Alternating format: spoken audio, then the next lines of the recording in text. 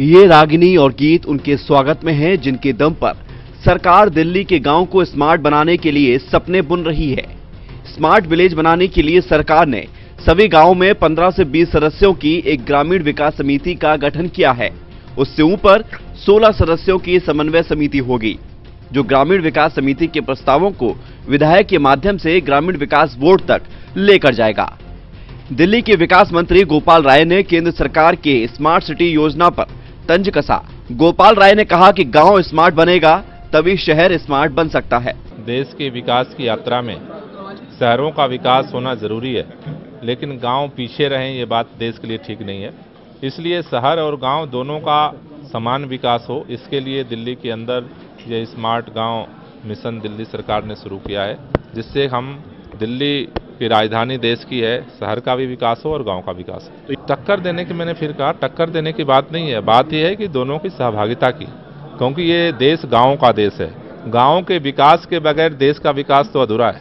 Smart village की जरूरतों की सिफारिश ग्रामीण विकास समिति करेगी, जिसके तहत गांव में सड़कों का निर्माण, गांव के तालाबों का विकास, गांव के पार्क, खेल के मैदान, व्यायामशाला, पुस्तकालय और शमशान घाट का निर्माण, गांव में पानी निकासी की व्यवस्था, चौपाल, बारात घर, सामुदायिक केंद्र का रखरखाव और निर्माण, गांव में पीने की पानी की सुविधा स्मार्ट गांव में दी जाएगी।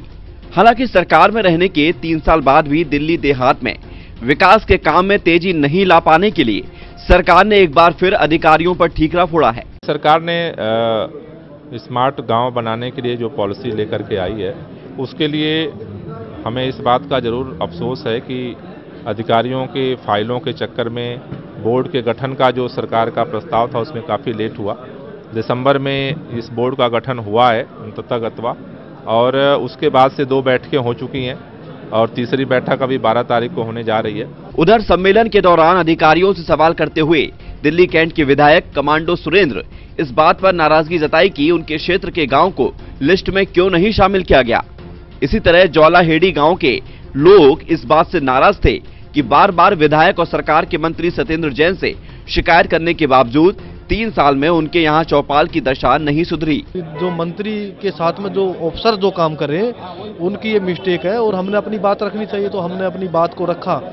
365 गांव की लिस्ट में नहीं बताया जा रहा है, तो वो पुराने गांव है। तभी मंत्री जी ने बोला कि सभी गांवों को लिस्ट में शामिल किया जाएगा और सभी गांवों के अंदर बराबर विकास किया जाएगा। इसी का जवाब के अधिकारी दे नहीं पा रहे थे। जब मैंने जवाब पूछा तो वो कोई जवाब उनके पास बन नहीं पा रहा था और उनकी बड़ी लापरवाही है। मैं इसका जो ना माननीय मंत्री जी को लिख के भी भेजूंगा, जिन भी अधिकारी की ये मिस्टेक है और जिन्होंने ये इस तरह की कार्रवाई की है उसके खिलाफ सख्त से सख्त कार्रवाई की जाएगी। दिल्ली सरकार ने स्मार्ट विलेज की पहली चर्चा करीब 6 महीने पहले बवाना विधानसभा उपचुनाव के दौरान की थी, पर 6 महीने के बाद भी बवाना के गांव की तस्वीर नहीं बदली। वाजिदपुर गांव के लोगों ने सरकार की पूरी कवायद पर ही गंभीर सवाल खड़े कर दिए हैं। जो ग्रामीण मंत्री है श्री गोपाल राय जी, वो हर गांव में गए थे। उन्होंने हमें वादा दिया था कि हर गांव में 2-2 करोड़ रुपए लगाएंगे। ये अब तक 1 रुपया नहीं लग लिया। जो 600 करोड़ रुपए मिले थे उसमें 66 करोड़ रुपए मिले हैं। 600 में 10% लगाया। कमेटी के जो मेंबर बनाए सारे इनके चमचे हैं और कुछ नहीं है। अपने यारे पैरों को सब कुछ चमचे बना लिए। विलेज नहीं बन रहा है। पहले बड़ी आशाएं रखते थे, ये चुनाव के दौरान बड़े वादे करते थे और जीतने के बाद सिर्फ कहने में, फाइलों में ये नियम बंद है, सब काम बंद है और प्रैक्टिकल में कोई कार्य नहीं हो रहे। इन सब के बीच सरकार का दावा है कि स्मार्ट विलेज के लिए 400 स्कीम मंजूर किए जा चुके हैं और बजट की कहीं कोई कमी नहीं होने दी जाएगी।